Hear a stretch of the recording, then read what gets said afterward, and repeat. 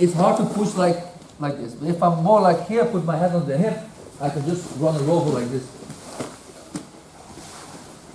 So if I make the 90-degree angle and put your hand on the hip. So you keep your head always inside for the same leg, so you don't get guillotine. The moment she sprouts, you always have like a little bit of space to pop your head out and put it on the hip. Okay, so the tip to commit is just commit. The thing I commit to it, before you do it in competition, do it in training all the time.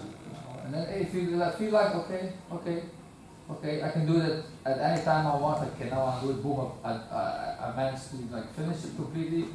Okay, another time, same thing, then normally it should boost. But like my problem is in my weight division, the guys always have like 20 or 30 kilos on me because I'm in the 100 plus, but the guys are even heavier. But they're less mobile than you. Of course. If you snap them down really hard and they're on their knees sprawled, they're not going to be like pop up like a spring. Then it's really like you can go to the turtle or you put the head on the hip. But if you put them down and then like this, you can almost just let go and go to the side. Yeah. If you go to the side, you get the 2 points also. It's all about the 2 points. Doesn't matter how you get it. Because if I find a guy that's actually 130 kilos, I fought before, always go for the takedown. I don't want to pull guard and then be smashed or get foot sweep. I always drive for like even with 2 hands, snap them down, then I go for the collar drag. So this is one of the exercises that are very similar to judo, and there's a reason why judo people warm up really, really well, so that when you go all in and you're doing throws and stuff, you're not getting hurt. When you're doing this exercise, you can't do it like, you can do it step by step to just learn the kata, but to learn the actual throw, you have to go all in the throw. And once you do it, once you start getting accustomed to it, ask your partner to put in 20%, 30% exercise. Ask them to resistance, walking away a little bit, so that the natural step, you have to push through and push through, and it's only going to be in the 3rd, 4th step that you actually are on top. Actually for me, if I like train this kind of takedowns, I find it hard for me to get them pretty clean. In training, if a guy is like 20% resistance than on competition. On competition, you just pull everything, the guy is pushing against me 100%, so of course you're going to fall immediately down. Of course I'm going to get the leg.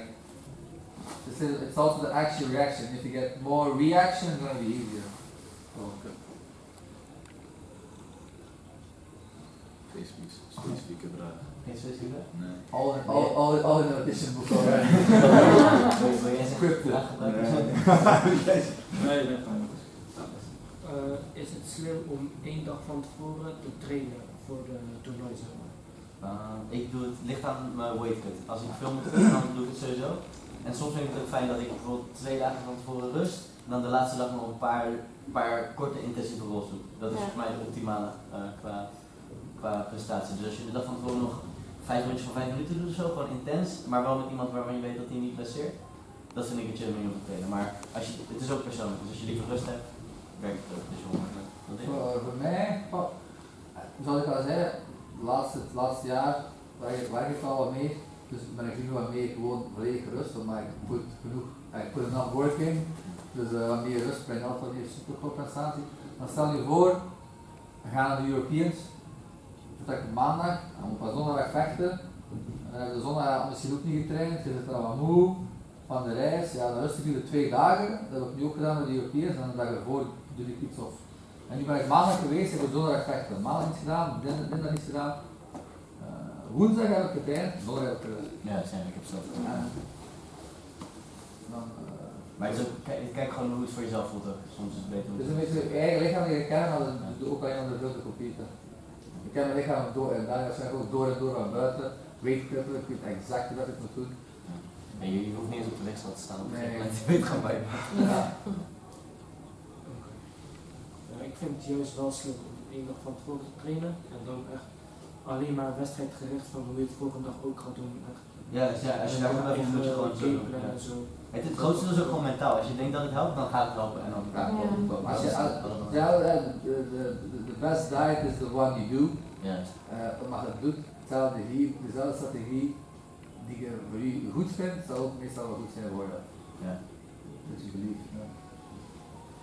Ik heb wel een klein dingetje waar ik in de laatste competities tegen aangelopen ben. Ik ben zelf een kaartpoeder, ik zet mijn benen in de heup, moet je wel gelijk kapot maken. Maar ik vond het lastig als mijn tegenstander achteruit gaat lopen. Ja. Ja, want dan ben ik het momentum kwijt om die voet in de heup te krijgen. Wat ik doe in dat geval, als ze naar achter lopen, Ja, dan doe ik een.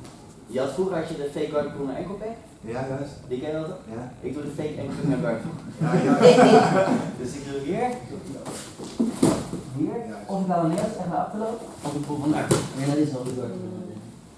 Ja, oké, maar als je gelijk instart wel even, maar ik vind het zelf fijn om de voet gelijk op de heup te zetten. Jij wil ook normale deling waarschijnlijk. Ja, ja.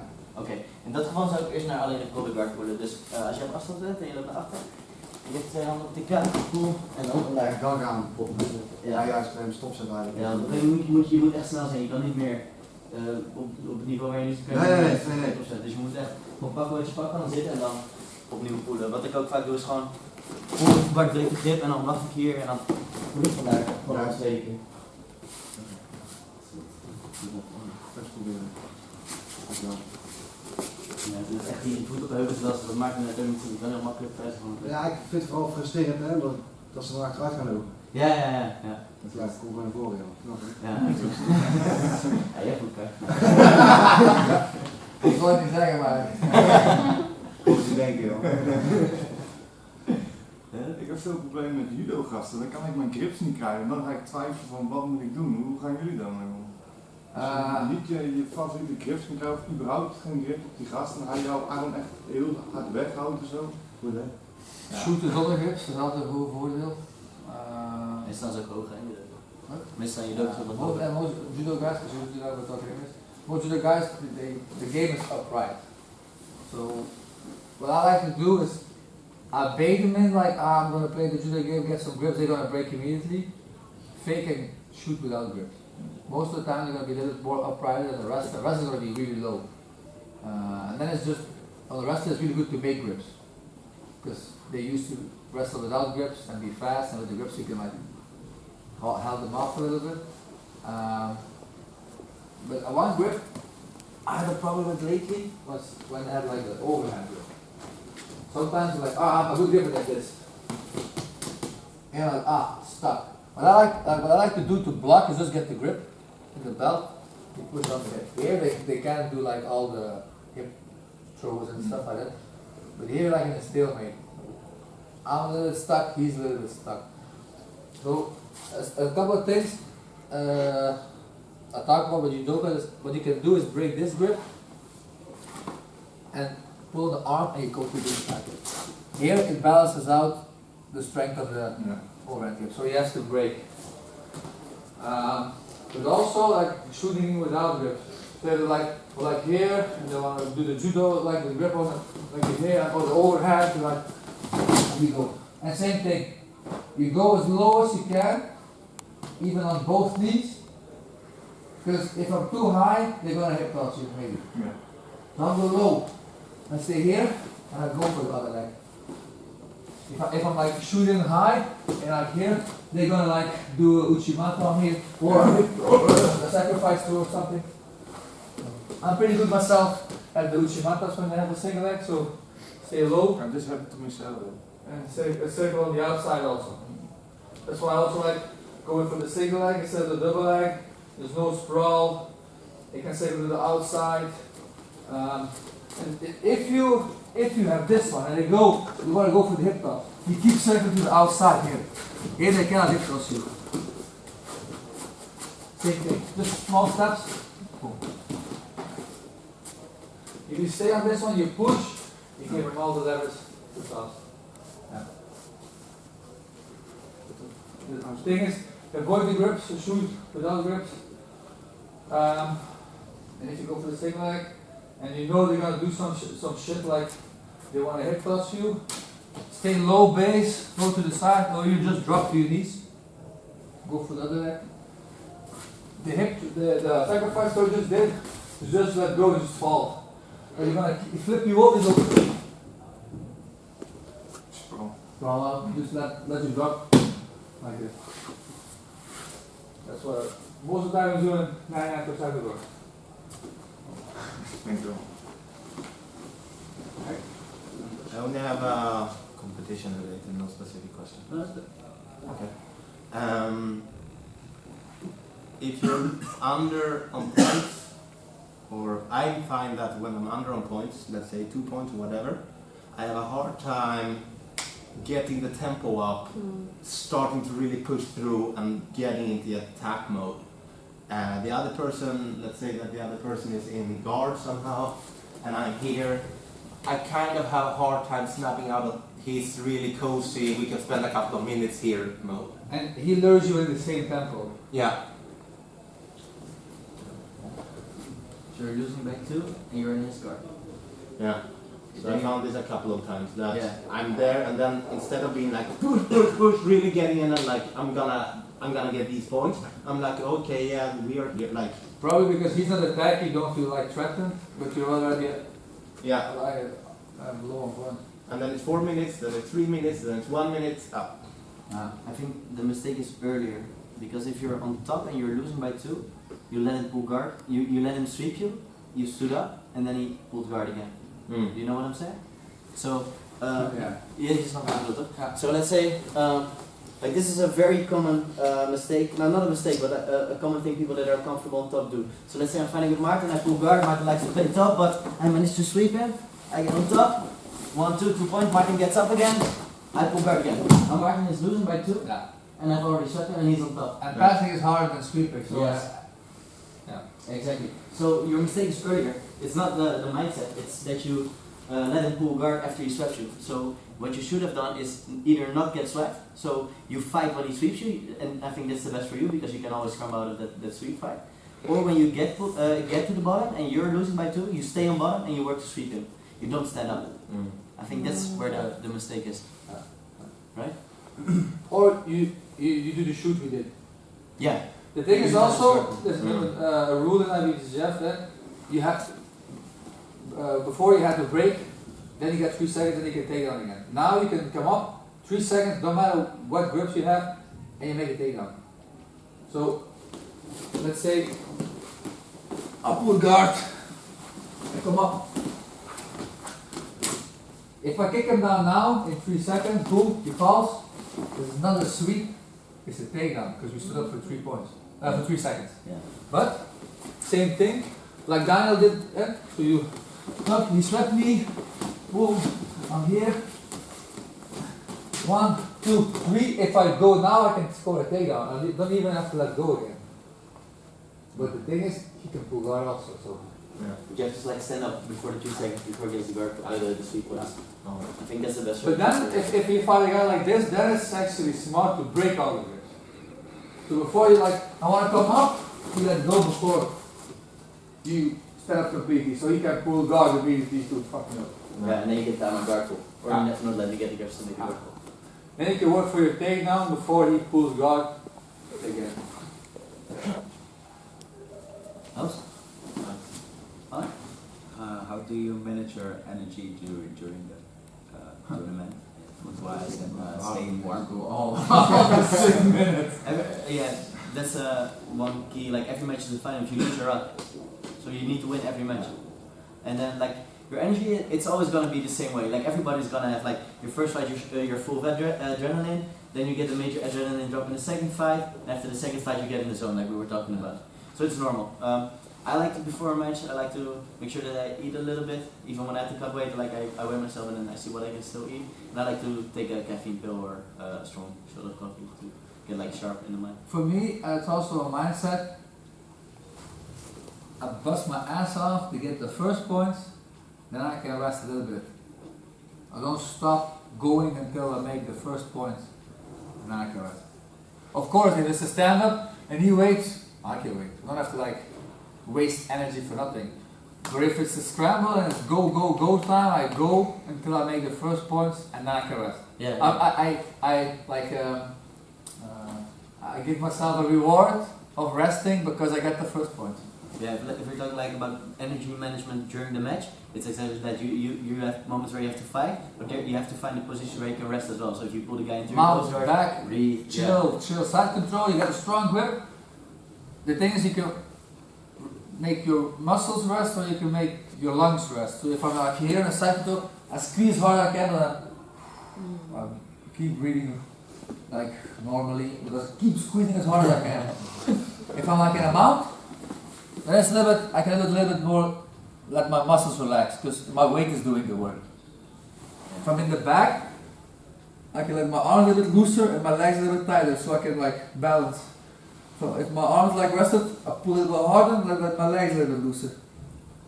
So I can let them rest a little bit. It depends on the position, but if you're not in a stable position, I don't rest.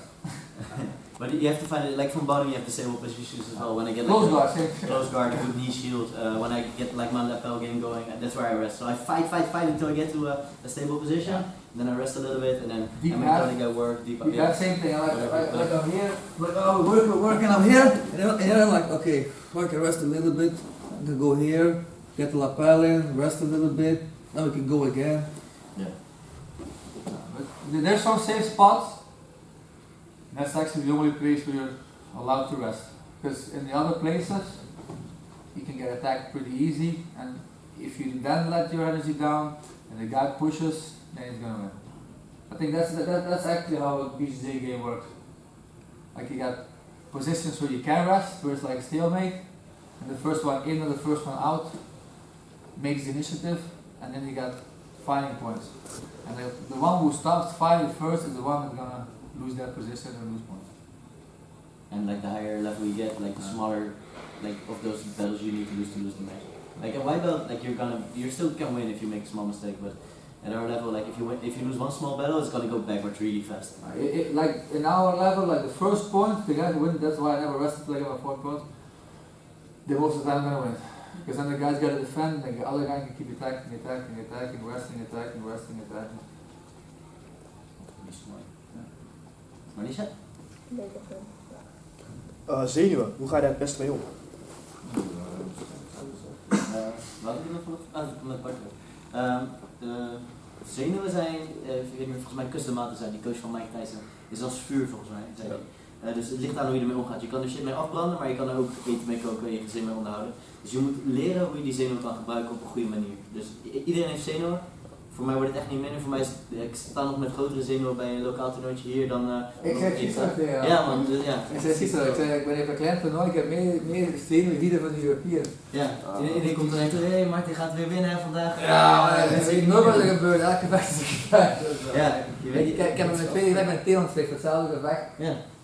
En hetzelfde geld verlies ik daardoor, gelukkig niet. Iedereen heeft zenuwen, ja, tot Keenan die kostte volgens mij voor elke wedstrijd totdat hij zwarte band was. Dus het hoort erbij, maar je moet er leren mee omgaan. Dus probeer rustig te blijven, het ligt aan hoe erg je zenuwen zijn. Probeer jezelf te kalmeren, dus probeer het om te zetten dat je kalmer wordt. Dus rust ademen, ik ga winnen of ik ga leren, het maakt niet uit wat het resultaat is, zolang ik mijn best maar doe. En als je het om wil zetten naar agressie, dan zeg ik, ik ga die man vermoorden, ik ga goed kapot trekken. Dus kijk hoe je het gebruikt. Niks, komt erop. Nee, wat dat ook bij mij helpt, is zoals ik al zei, eigenlijk probeer je focussen op je start. Dus je hoeft niet te denken, ik ben gestrest, Nee, je denkt, oké, ik moet gewoon straks dat doen.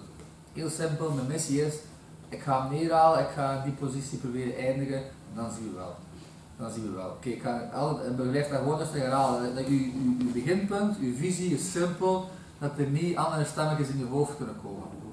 Dus je houdt je met één ding bezig, zodat je andere zaken niet in je hoofd krijgt. En dat is ook oefenen. Gewoon veel wedstrijden. Ja.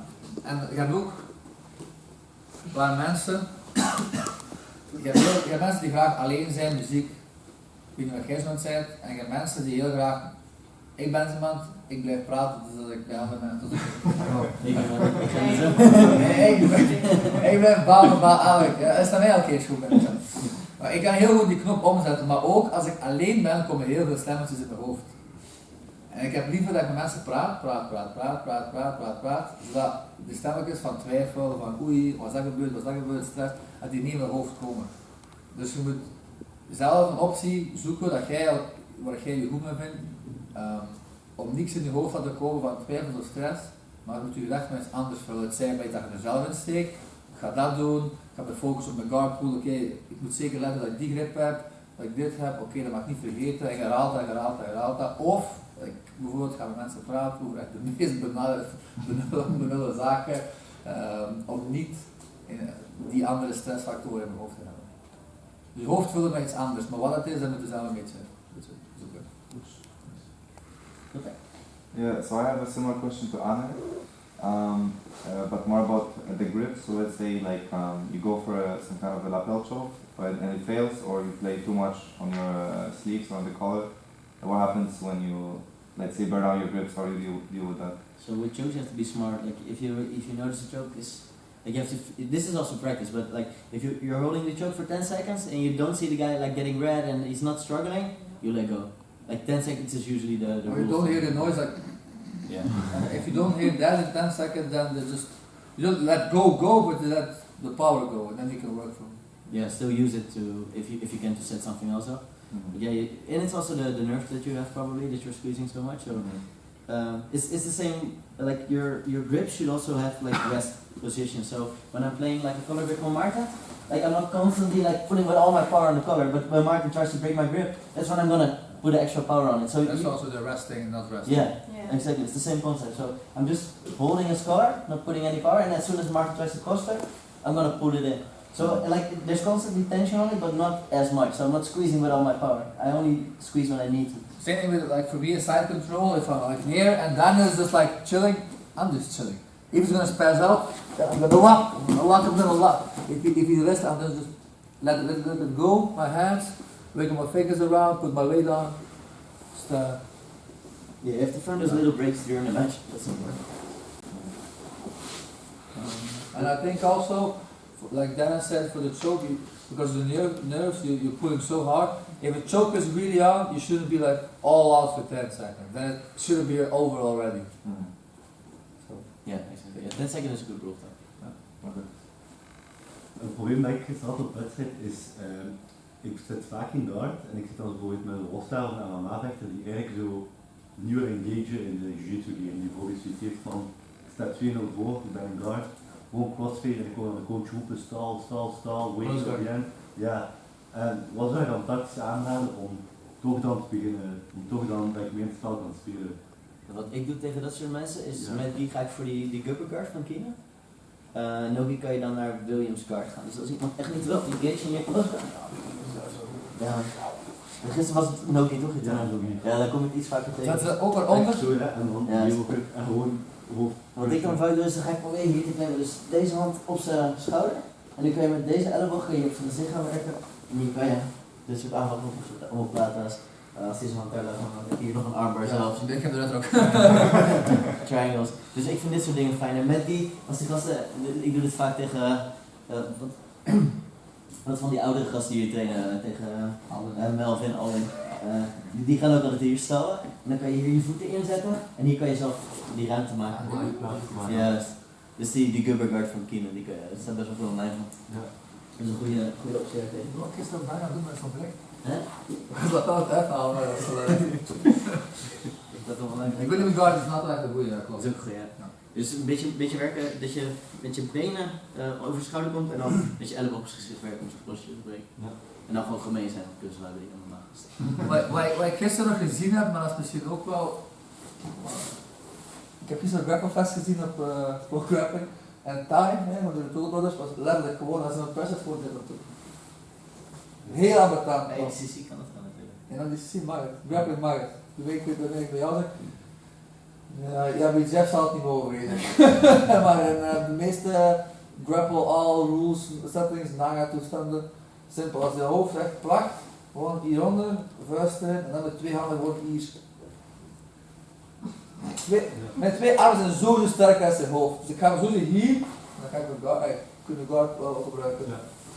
Het was gisteren een tool tegen Dante Leon, hetzelfde. Ja. Maar die hele veel moeite met daar. Ik was constant in de hoofdbreuk, ik kreeg zijn hoofd niet op de buik, en had er echt veel moeite mee. Dus als je Flow Grappling hebt, die match niet kijken. Kijk op, kijk. One of the your opponent does something illegal, but the ref doesn't see it. Can you attend the ref? Yeah, you can tell the ref. But then you're allowed to talk to the ref. You can point but not talk about Yeah, it's better to point. Yeah. Because yesterday someone was wearing my thumb all the time, and then I was pointing to my thumb, but he still didn't do anything. Yeah, but then it's good that you have a coach with you. So when I would see that, like, you could point to it, I would say, yo, ref, he's grabbing his thumb, he's grabbing his thumb. It's always better to not talk to the ref until the score is out. Yeah. But it sucks. Yeah. And another question, do you prepare for your opponent? If you see that you're fighting someone, do you look up his matches, or does it only make you nervous? Yeah, usually I do, but like I don't think like the whole match through. But like we were saying, I plan the beginning and maybe how I want to get it. Like I want to like either start attacking his neck or his foot. Like I would try to pick like what he's gonna give me. But like I don't change my whole game plan. I use one of the things I'm good at on him, and I see which one would best fit. I like to do the start, how I would play my game against him. Let's say the first five Europeans, I looked them up. I know he was a lapel guard player. I know he was a good guard puller. Like, okay, if I want to make points on him, the fastest way is just to shoot him when he pulls, which I did. And then it leaves it more open for me. I like the pass. He's behind on points. He couldn't sweep me. He has to let go of the lapel guard and go for something else because he put himself stuck. Made me more mobile for passing. I think one important note to make is that you shouldn't like get too hyped up about your opponent, because like if you look at somebody's Instagram, he's only gonna post the good things he does. So like it's easy for me to beat up like a new white belt and like show my crazy cartwheel passing and crazy chokes, and you think, oh, Daniel's gonna crazy cartwheel pass me, crazy choke you. You want to see like his matches against other good guys, because like you can get scared if you see a guy beating up bad guys. And then when you fight him, he might be not so good at all. So or you see him on like, oh, he won this and this and this, but who was the guys he was fighting? Exactly. They're probably not as good as you. Same thing. Like yeah, you have to be smarter. You have to watch it objectively. Yeah, you don't want to like get pulled into the hype. And just watch what he does, and you gotta be prepared for those techniques to play your game plan. And that's all I want to know from the guy. I just want to know what does he play. He prefers pulling or prefers standing. He likes to pull. What guard? Like lapel, spider, lasso, half guard. There's more a lasso guy. Okay, that's all I want to know. Then I know need to sharpen up my lasso, passing tools. That's it. But don't pull it out of your game plan. Exactly. Don't start training flying armor defense. You see a guy flying over someone. So on basis of your first competition and getting ready for that, like how many submissions would you, for yourself as a beginner, have like not perfected, because we never have it perfected, but like know well? Good question.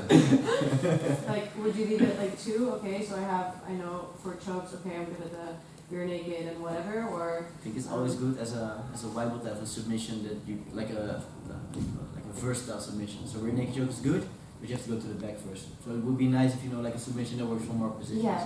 Like maybe a triangle, maybe a kimura, guillotine, Yeah. that kind of stuff. So if you can have one of those that you know that you can finish the guy, I think it's always good to have at least one of those that you're confident you can still finish. I think like the one of the 3, like armor, triangle, omoplata, always works in 3. If you're good at one of those 3, you can usually do it. I think it's easy because you can like have a sloppy triangle. You shoot the triangle, you go immediately to omoplata or something, or you go for an arm bar. And, the omoplata is there. Yeah, let's say if you have a good omoplata, or you have a good triangle, you have a sloppy triangle, you have a good arm bar. You close the triangle, you go for the arm. Yeah. So one of the 3 is good enough. But like a versatile is a really good one. Let's say with the footlock. I know a lot of guys like really good at footlocks. You pass the guard to nothing. Yeah, So okay. you only have a footlock when there's a footlock game. The back, you gotta go for the back first. Like I think it's good to have like a kimura is a good one. Armbar, triangle, omoplata, one of those 3. Yeah. A guillotine is also a good one. Because if they shoot in or they leave their head somewhere open, it's always there for the taking. If you can't finish it, you can use it to sweep it. That's also good. If there's a submission linked to a sweep, omoplata, same thing. Kimura, same thing. Guillotine, same thing. Yeah. You can use the submission if it doesn't work for a sweep. Yeah. Another quick question. When it comes to your game plan, you've got your plan A, which is okay, I'm going to go for the single leg. Yeah. And so you've tried it like 3 times. Okay, the person across you is clearly starting to understand what you're trying to do. Would you at a certain point try that again, or would you go for something completely different? Like, to what extent do you go plan B? My game plan wouldn't be go for single leg. I think the game plan will be takedown, right? And if the person defends a single leg, you go for the collar drag, go for the double. Yeah, that's why I showed like the principle all single legs with different entries, different timings, and you can. Yeah. Okay. The thing is, you can shoot like a little bit of a single leg without grips. Then you get your grips, and then you do the collar drag. He's gonna be really surprised to that. But it's the same thing, but just a different setup. Okay. Just try to get more setup for the same thing. And also when you get good at the single leg and he's defending one way, you're gonna find the sequence to follow the. Yeah, this way is always. That's just learning in depth the what technique. Ja, exactly. Ja. Op haar vraag, zeg maar aan het begin en mijn eerste paar toernooien was ik echt goed alleen maar in full guard en triangles. Dus ik had wel andere submissions, maar ik was alleen echt goed daarin, helemaal aan het begin. En dus ik woon alleen maar op triangles, maar ik denk wel dat het dus handig is om één ding echt goed in te zijn, vooral aan het begin. En dan echt gewoon in jouw game laten komen. Ja, zeker als blijkbaar dan inderdaad. Als je gewoon echt goed bent in één ding, dan kan je al heel veel winnen. Ja. Maar dat is ook wel iets dat ik er verder op bouwt. Hij zei altijd eigenlijk, je moet op je zwaktes trainen, maar je sterktes mogen je ook niet laten verzwakken. Hè. Dus er zijn een beetje de twee in een balans geven, dat ik denk waar ik sterk op zijn, want mij. Ik train heel veel guard, omdat ik meer een passer ben. Van nature uit heb ik veel minder training en passing nodig om mijn passing goed te kunnen dan mijn guard. Op training trek ik altijd guard, ik werk altijd met sweeps. Ja, voor mij is het nu andersom. En op wedstrijd, ik doe 1,5 passer, mount, klaar. Ja. Dus ik werk op de 2 en ik weet oké, het een zit zo goed dat ik het andere een beetje meer naar boven moet werken. Maar als ze bijvoorbeeld zien, de meeste tegenstanders is wel een hele goede guard spelen. Oké, daar had de laatste week wel enkel passing doen. Dus weer die A-game enkel het laatste week. Ja, ik speel ook graag boven en gisteren was het probleem dat ik dan uiteindelijk, als ik niet kon passeren, in een triangle zat, 4 minuten en ik ben niet uitgeraakt. Dus ik wil eigenlijk gewoon een triangle escape. Ligt een beetje aan hoe laat je aan met de triangle was. Is dat je, waar zat die van? Zo. Ah, je zat van closer. Ja, closer. Wat eigenlijk hier. Het eerste wat je doet is gelijk je hoofd proberen uit te halen. Dus je maakt hier een op zijn hoofd en je probeert het uit te halen. Dat is zeg maar je prevention. Dus hij schiet die triangle, dan gelijk hier staan op het diep dat die triangle eraf blijft en dan uitpoppen. Ja. Als hij echt los zit, maar het is echt, ja, dat is echt een timing, dus je moet snel zijn. Als hij echt los zit, wat ik dan ga doen, is dan gooi ik al mijn gewicht naar deze kant, waar die mijn arm wil doorsturen. Hier, en hier kan ik een vrij lang overleven, totdat ik eruit kan werken. Maar echt escape is er niet, dit is meer overleven. Okay. Maar als je echt lukt, is het steeds. Ik heb nog wel stekken was ik aan het proberen, maar zoals naar buiten aan het gaan. En dan leek het alsof ik aan buiten. Als je triangle echt zit, wat ook wat je kunt doen is dit. Hier en hier openen. Vleeg je arm er rond. Ook oppassen dat die arm niet geeft. Dus eigenlijk, wat ik altijd eerst doe, ik blokkeer hier, de 2 op 1. Ik ga er rond, ik plak mijn eigen hand en ik squeeze hier terwijl ik mijn hoofd naar boven. Ik plak eigenlijk deze heup open terwijl ik hier zit. Dan heb je erin gaan. Het probleem met stekken is dat mensen je vrij makkelijk doorswiepen als goed. Ja, dus ik ook niet een sweep voor. Hè. Maar ik ook, zo, als ik hier voor echt niet uitga of zo, ik heb die arm niet go over. Dus hier, ik wil overleven, ik zet mijn voet hierop. Kijk op dit. Open. Hier ook hetzelfde, niet gewoon loslaten, gaat hij met mounten. Wachten. Ja, dat is goed. Maar dat is echt als een laat is. Dat is de last option. Is niet erover weer echt poppen. Maar hij heeft me er wel een paar keer uit geholpen ook. Als het moest. En rechts aan het schudden riep jij ook. Wat gisteren? Rechts aan het schudden. Ja, maar je maakt het bijna uit. Kijk, nee, ik weet nog wat er komt. Is dat hier? En je maakt de half uit, zo. Ja. Kijk, hier. Wat ik dan doe, is ik kan mijn knieën in die kont zetten en de poep. Schudden. Dus zo. Je kan eigenlijk dit willen doen, maar het gaat niet zo vlot gaan. Dus je moet liggen ze hier in snokjes. Zo, op de grond. Ja, sorry, die weer de armen. En die doet Zoals zo. Maar echt zo. Ja, dat is eigenlijk. That's also really important. You have to read the rules before you do that. So the triangle, yeah, escape the triangle, you have like different options, but it's also dependent on which level it's already locked. But keeping your head up, you just want to do the opposite. You want to close your arm and bend your head, so you want to put your head up and open your arm. It's always good doing the opposite what the other guy wants. So for me, that's why my passing thing I think is so good, because I train a lot of guard. I know what the guard player wants, so I know what I don't want to give when I pass. So it's good too. It's the same way. It's always what you just. It's the opposite. So if you do this, if you watch the same sides, you know what the other guy wants. So you know what you don't want to give. That way it's easier for you to learn guard because you were always a passing. It's easier for me to learn passing because I was always. Same thing. If you want to like say fuck, I always suck in triangles. Practice the triangle a little bit. Try to understand how the triangle works. Yeah. Same thing for me. Escaping in footlocks is now a lot better since I've been training footlocks myself. Alright. Spine. If you guys need to go, you can go. I'll put a timer on. Some specific training. Let's do some specific rules. Also leave your email address. I'll send you guys some of the notes and some of the things we talked about. Let's see.